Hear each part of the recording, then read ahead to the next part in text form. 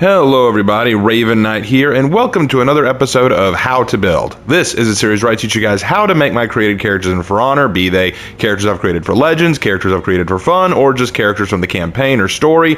This is the video where I teach you guys how to make them, what to add to them, what colors I use, what weapons I use, all that fun stuff. It has been a while since I did one of these videos, and I do apologize for that. It's not that I'm not making any characters or Legends anymore, far from it. I do it all the time, but I've just had so many other things that I've had to work on and handle that I just haven't had time to share with you guys some of the new builds that I've made. Today we are going to show 4 new builds, and you've probably seen these a few times if you watch my streams or videos, because I've played these characters that I've been making for a little while. What I like to do is after I make a build, I like to play them a little while to see how I feel about them, to see if the look kind of works, and to see if I can't build a sort of story from watching how they fight and how I play with them.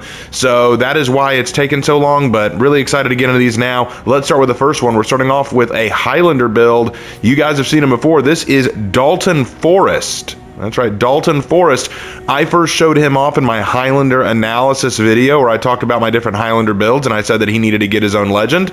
He will get one. I'm working on it. So let me tell you a little bit about who Dalton Forrest is. I like to tell you guys the kind of lore setup that I've given him. Dalton is a beast hunter who specializes in hunting rare and exotic animals. He is very skilled at hunting and tracking wild game. In fact, he's strong enough to wrestle a wolf or a bear to the ground. He's taken on some really tough customers. And once upon a time, he came across this kind of isolated valley, this sort of lost land, if you will. And yes, I did get kind of the idea from the dinosaur novel. I can't remember what it's lost now. The Hidden Valley, I think it was called. I'm probably going to butcher that. I'll put the actual title on the screen right now for you guys who are actually interested. But it's kind of this idea that he came across this valley where prehistoric animals still live, and that's where he encountered such creatures as saber-toothed tigers, mammoths, sloths, stuff like that. And he thought he found a new haven to hunt in, and he only told one other person about it, Maddox, a friend of his from his home village. So he and Maddox decide to go hunting in this land, but they get overwhelmed by some of the wildlife there, including some saber-toothed tigers, and they both have to try to run and escape, but Maddox leaves him behind to save himself. So for a little while, Dalton is injured and unable to get out of the valley. When he finally heals up and gets out of the valley to go home, he sees that a mysterious flood has claimed his village. He's not sure what happened. He's been in the valley so long, he doesn't know what could have happened to his village, but it's now gone. Maddox is nowhere to be seen, and according to some of the tracks that he saw leaving the valley, some of the saber-toothed tigers got out too, and so he knows that he's released something really bad onto the world. So he's decided to seal up the valley. Only he knows how to get back into it. Only he knows how to enter it and hunt again. But before he can go hunting, he's got to settle things with Maddox, because Maddox left him to die. Maddox abandoned their village, so he's got a score to settle with Maddox. And I thought that this lore would not only create a very interesting character in Dalton, but also establish how Maddox met a saber-toothed tiger in a time where they shouldn't be around. I thought that'd be very creative. And Dalton himself is an avid hunter. He's very skilled. He's very knowledgeable about the land. He knows how to deal with certain animals, what animals are dangerous. He's a very, very competent warrior, and I wanted to kind of emphasize that with him. So now that we've gone into his lore, let me know what you think of it while I go over his build. You want to start with the Dougal helm, the Horkos Iwergard chest, because it gives you that really good cape, which I like. That's a good cape. The Britti arms. I keep wanting to say pretty, but it's Britti. Then you want the Nimue blade, Kirnan Galan hilt, and the Otherworld Guard. And I know there are going to be some people saying, wow, your pronunciation was terrible. Kindly submit that into the dumpster that is properly labeled my shits. You'll notice it's empty. All right, so moving on from that is how you build him. Let's get on to the rest. Traits, default 1, obviously. Skin color, default, awesome.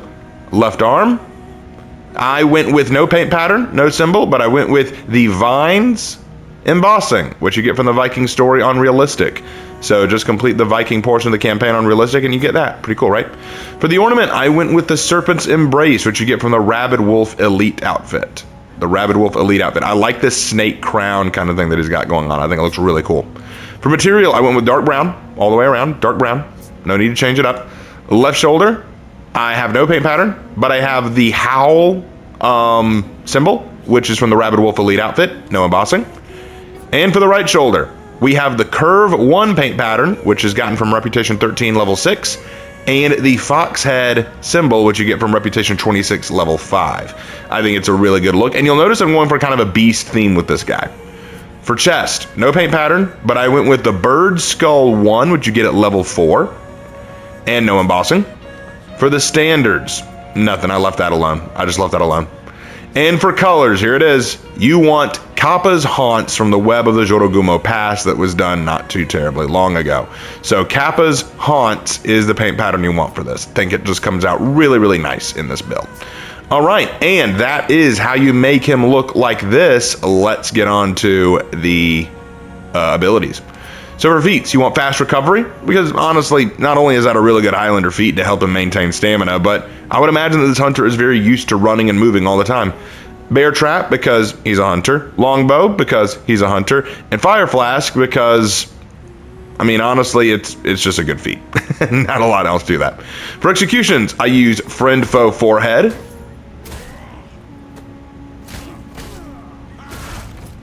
Loyalty's End. Highlander.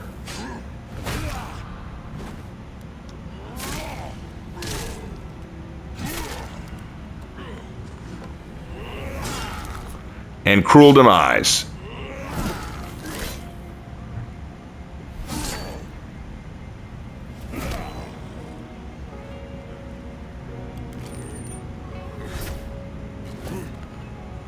I thought these were all very good and fitting for who he is. I especially like Friend Foe Forehead and Loyalty's End because they kind of reference how he was betrayed by Maddox, just like Maddox has betrayed other people before. And then Highlander, he has a spear next to him that he picks up to finish the job. I feel like as a hunter, he'd probably have one of those, so I thought that would all work. For emotes, I went with I Have the Power and Kill Card. Now, I like the Kill Card one because he probably, now that he's hunting Maddox and not just beasts, he probably leaves behind a little card to let Maddox know I'm alive and I'm coming for you.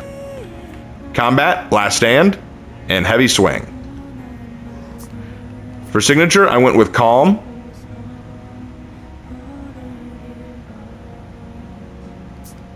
And for effects, I didn't really go with anything. I just kind of left him be. And that is how you build Dalton Forrest. Let me know what you guys think of him. Would love your thoughts and insight. But now let's move on to the second one. You guys have seen me play this one quite a bit. This is Leona of Kolmorden. Leona of Kolmorden. Okay, so her story is pretty simple. Leona was born to a Knight father, Viking mother.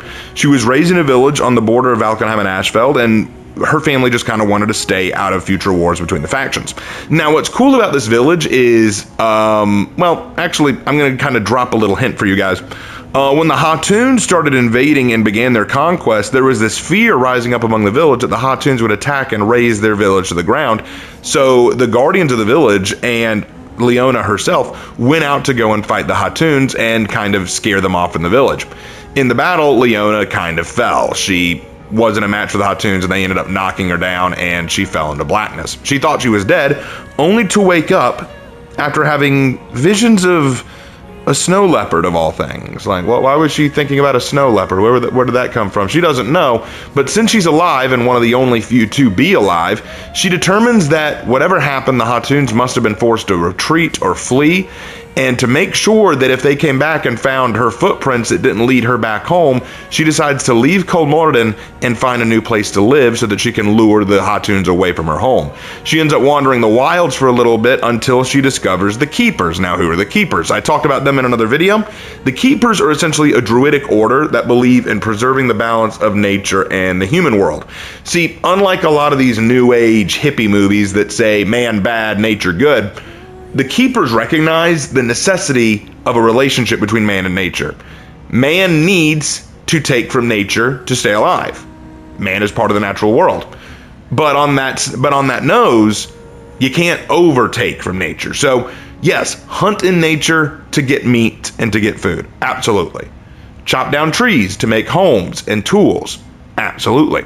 But when you start burning down whole fields, when you start over poaching, when you start going beyond, that's a push too far, and the keepers train to fight against people and prevent those kind of things from happening, and they're all taught in the druidic arts. Leona decides to learn herself, and now she is one of the keepers.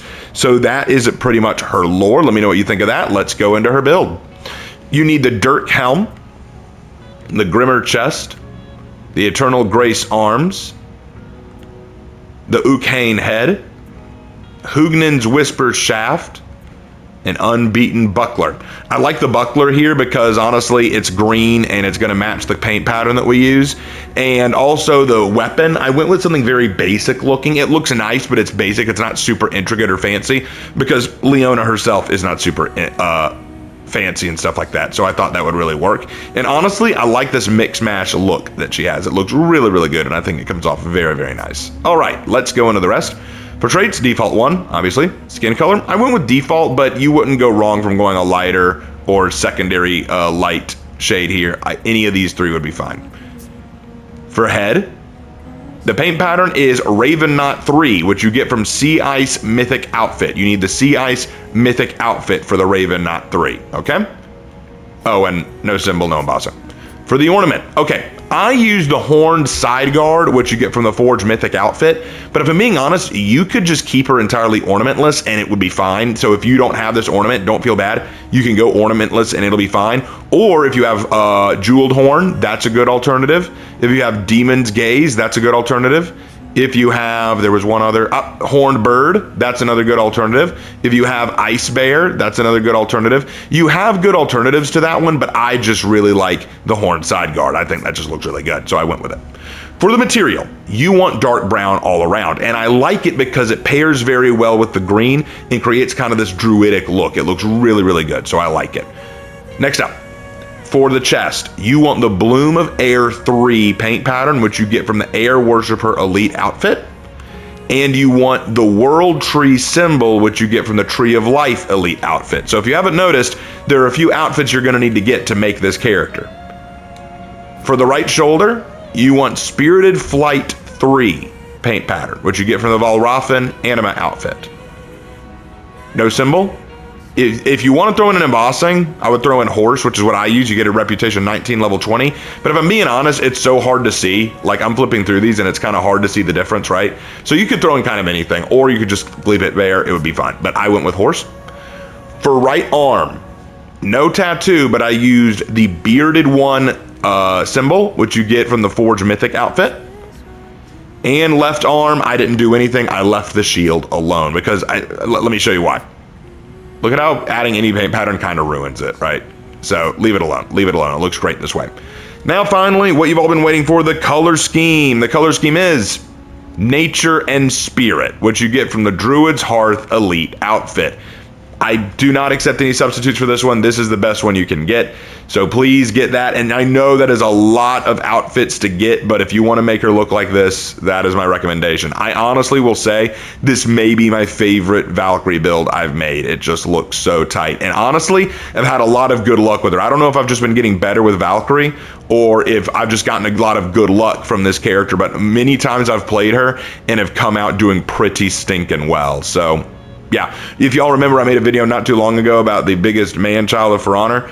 Even with him sabotaging me, I still got a pretty good score, even with him sabotaging me the whole way through while playing this character. So she's good luck. I enjoy playing her. All right, now let's go to the abilities. I went with Bounty Hunter because her whole goal is to hunt the Hatun to make sure that they do not endanger her home village.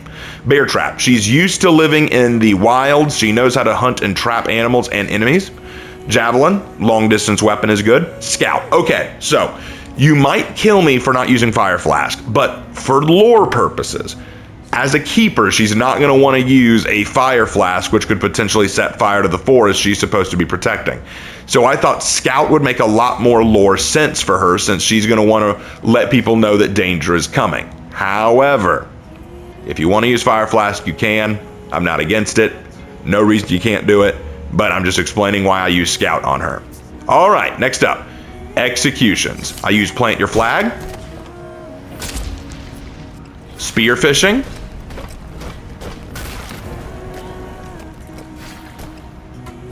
Val the Impaler,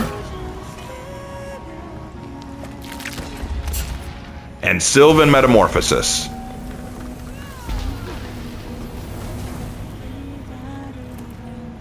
Alright, so many of these I wanted to use because I thought they were pretty simple. Because the thing is about her, she's not like an elite warrior. She's a pretty simple warrior. And these look very simple to use. Plant Your Flag and Val the Impaler especially. Spearfishing, I thought it's kind of unique. I love the way she kind of turns her head. Almost like this is annoying to her. She doesn't like having to fight. She doesn't like having to risk everything to fight like this. But she's reminding herself here what this is all for. So she then plunges her spear in to get the win. You'll also notice a difference in the effects, but we'll talk about that when we get to it. And Sylvan Metamorphosis, I give this to almost all the keepers because in my opinion, it's one of their druidic powers to basically have nature take over the flesh.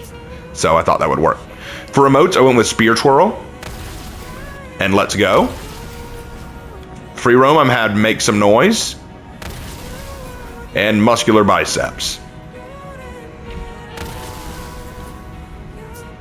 For signature, I went with Winner.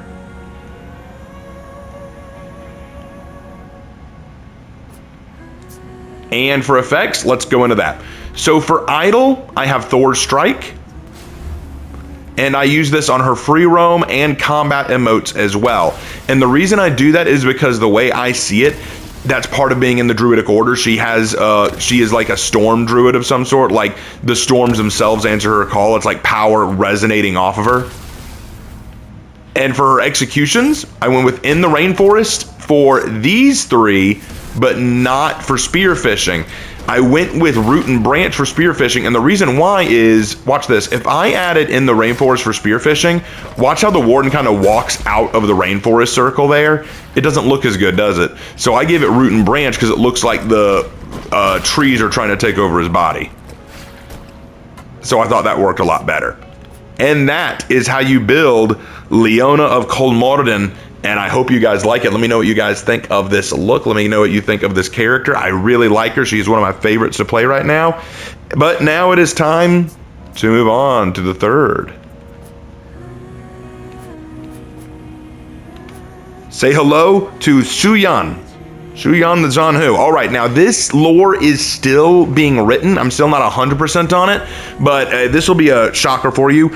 She is the daughter of Tian Xilong, the long-lost daughter of Tian Xilong. So the way that I designed her was, Tian Xilong knew he had a daughter. He knew he had a baby girl. But when his wife was kidnapped, captured, and held hostage, he was sure that his daughter had been taken too and would surely have been killed. So when he went home and didn't find her, he assumed that she was dead. In reality, she was saved by another warlord, but kept as sort of like insurance. Like, as long as I keep hold of her, if I ever need to destroy the blue dragon, I have her as a bargaining chip.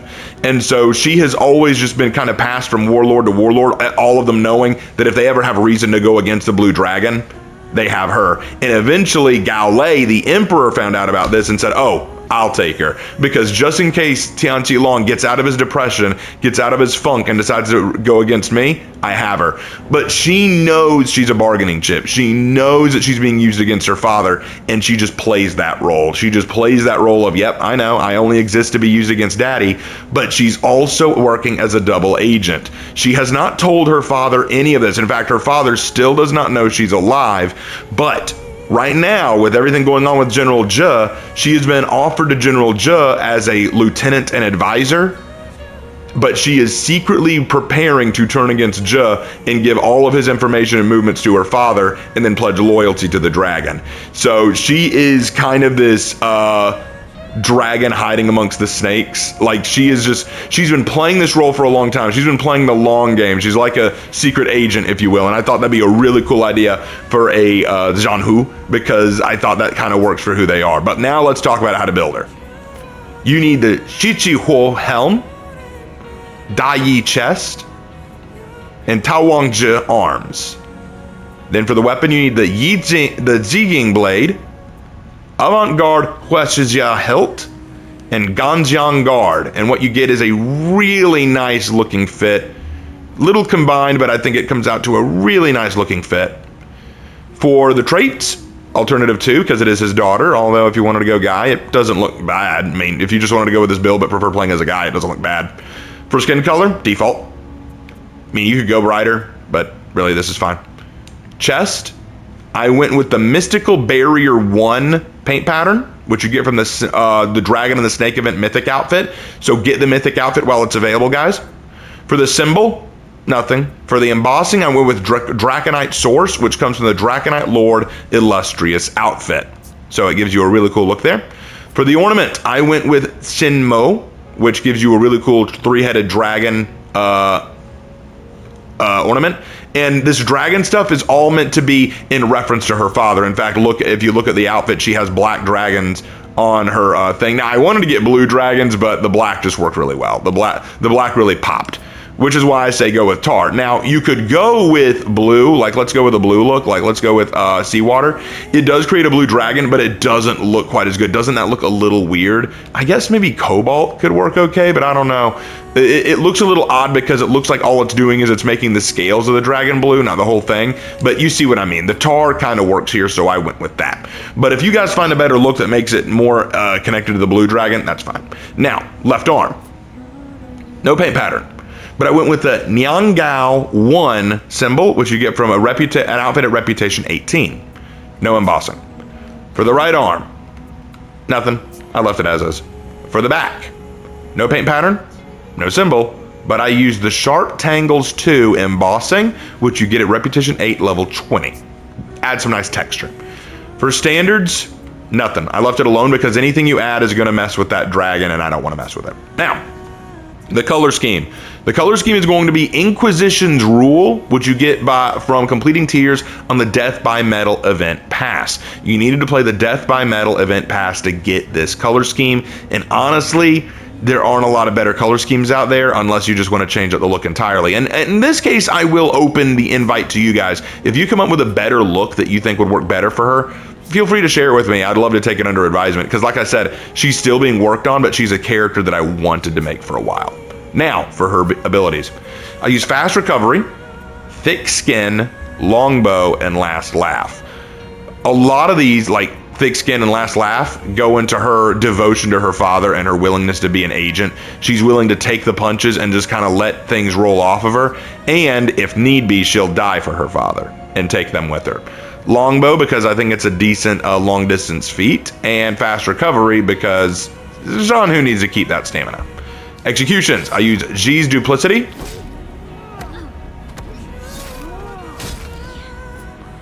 Doe's Will. Hold My Tea.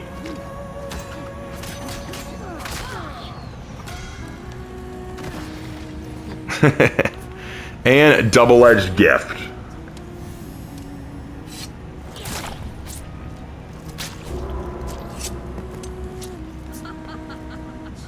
And that is her executions. The first two are mostly just really good Zhanhu executions that I think look cool.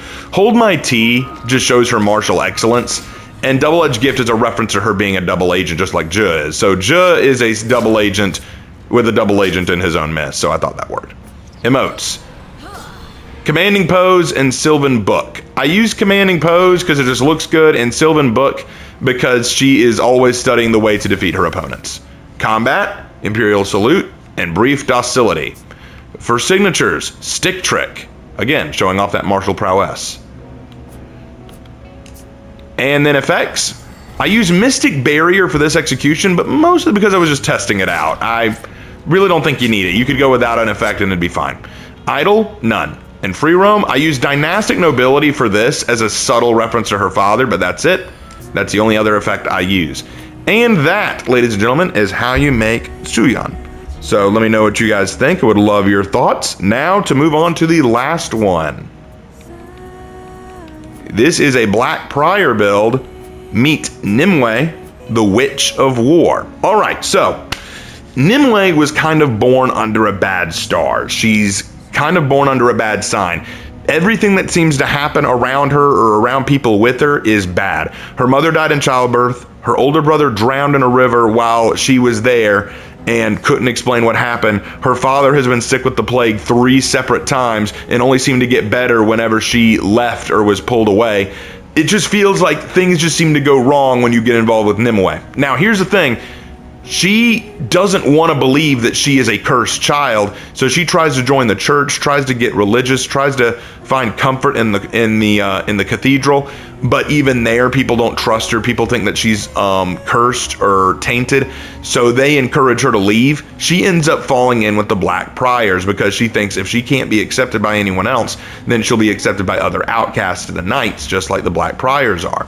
And they do accept her, but what's kind of funny is when she goes into war, misfortune always seems to befall her allies. So she stopped working with anyone. She left the Black Priors proper and now fights on her own, kind of meditating and thinking to herself. And a thought occurred to her: if she is just going to be seen as this witch, this vile temptress, this vile, evil, corrupted individual, then maybe she's going to play into that a little bit. She still fights on the side of the angels, but she's going to let this fear of her cursed nature kind of play part of the battle for her. When they hear that Nimue, the Witch of War, is approaching, people start to get scared. What's going to happen? What spell is she going to unleash on them? So I thought this would be a really cool idea for a character, just this character who's very unfortunate. And the reason I did this, there's a reason. True story. Before I had her lore down pat, I tried taking her out to play numerous times. I've only won one match with her, and I got carried through the whole thing. In every match I've played with Nimue, even when I did okay, we always lost. So I'm convinced this character is cursed. So I said, you know what, we're going to have that play into her character, and my goal with her is to break that curse and maybe change her lore a little bit. If we can break her curse, we can have a happy ending for Nimue, am I right? All right, so let's talk about how you build her. So for her helmet, you need Delosaurius helm, Delosaurius chest, and Delosaurius arms. Just get that full kit going. You need the Archaic Magnificus blade, the Dynastic Delenchianto hilt, and the Invincible Illusionist shield. What you get is a really solid sword and shield and armor combo. It just looks really fresh. For traits, alternate 2, although you could go alternate 1 and it'll still look okay. Okay, I'm gonna go ahead and say this. It's a side note, but I do want to say it. I kind of prefer the female look for the Black Prior most of the time over the male. I know the male looks bigger and at times more badass, but the face sometimes looks a little ugly to me. And the face here looks a little bit better. Plus, and maybe it's just me, maybe I'm crazy, but there are times I feel like the shield is a little small to what I'd want on the male build. Am I crazy for that? Am I crazy for thinking that shield looks a little too small? I kind of like it here because it looks bigger. It looks more like it's supposed to. I don't know. Maybe I'm crazy. Y'all could disagree with me. That's fine. But anyway, that's why I prefer the female build. Anyway, skin color. Just go with your basic. Although you could go a little darker if you wanted to. It wouldn't be a bad thing because her face is going to be hidden by the cowl a good bit. So you could go with default or you could go with any of these. It's fine. All right, chest. You want the Esteemed Rule 2 paint pattern, which you get from the Faithful Crusaders Elite outfit. No symbol. Embossing Sunlight's Stasis, which you get from the Dragon and the Snake Mythic outfit. For ornament, you want the Menacing Lion ornament. And believe it or not, this is the first time I've used that ornament on a Black Prior up to this day. I've always changed them out, but this is the one time I'm going to keep it. For material, you go with tar. You go with tar, okay? For left arm, nada. Don't mess with that shield. Right arm, go with the Paisley 1 embossing, which you get from Reputation 3 level 20. For the back, you want the Battlements 2 paint pattern, which you get from Castellum Elite outfit. For the symbol, you want Ancient Unity 2, which you get by completing Tears on the Last Hero Standing event pass. So if you played that game mode, you got it. And then for legs, I went with the famous Strength 3 paint pattern, which you got from the Year 9 Season 1 Battle Pass. And then you want the Paisley 2 embossing, which you get from Reputation 18 level 20. And finally, for the color scheme, the part you've all been waiting for, you want Night in the Ravine, which you get from the Castellum Elite outfit. And what you get is a color scheme that looks like faded armor, that looks like kind of a faded look. And I like that because it shows how much she's wandered, how long she's had to just wear and clean and use this tunic without the chance to truly rest and get new armor and get refreshed armor. She's just kind of wandered as this witch of battle that no one trusts and no one likes. So I think it really works. For her feats, I gave her all the original Black Prior feats because if she's going to play up this witch thing, she's going to use as many supernatural feats as she can. Plus, she wants to support people. Sinister Shield and Umbral Shield, she wants to help people, but no one trusts her and they all avoid her. For executions, I went with Fatal Hamstring. Minified and Stomped.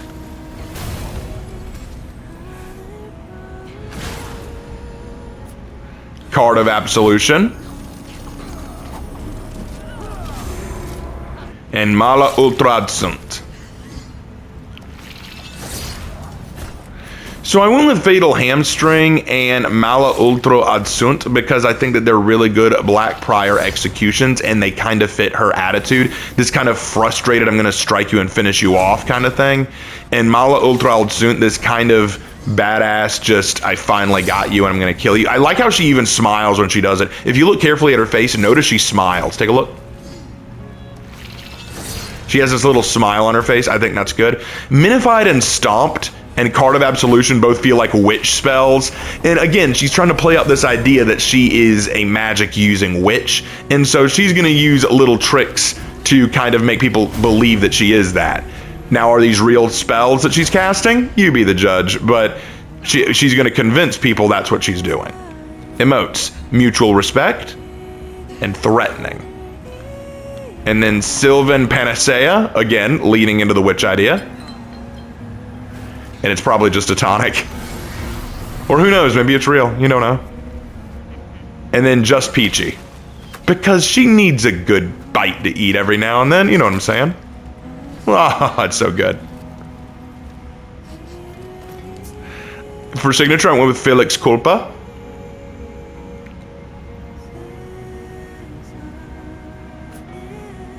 And finally, for effects. All right, so for Idol, I used Mystical Barrier, leaning into that witch thing. Execution. For this execution, I used the Super Flaming Rage. If you don't have the mythic outfit for this, I am sorry, but it's not available right now, and I don't know when it'll be available again, but it's very much the anime one, and I use that because it's just her being frustrated. But instead, you could use Fumes of Horkos, which works just as well, leaning into that witch theme again, like this Witch of the Bog or whatever. And then Mystical Barrier, once again, kind of this... I said it in stream, but it's very much, I cast Spellbinding Circle. Just that, you've triggered my trap card. And so I couldn't resist it. For free roam, I use a Apoptoryptic Ritual for drinking of the Panacea to make it look like it's a magic ritual. And I think that looks really cool. And then for combat, I didn't use anything. So yeah, there you go. And that, ladies and gentlemen, is how you make Nimue, the Witch of War. And that is all 4 of the builds that I have for you guys today. So what do you guys think? Let me know down in the comment section below. I would love to hear your thoughts. I'd love to hear your take. Let me know if you like these builds, if you don't like these builds, if you're going to try to build any of them, which one was your favorite. Let me know. I would love to hear your thoughts, guys. And as always, I will see you in my next video. Take care.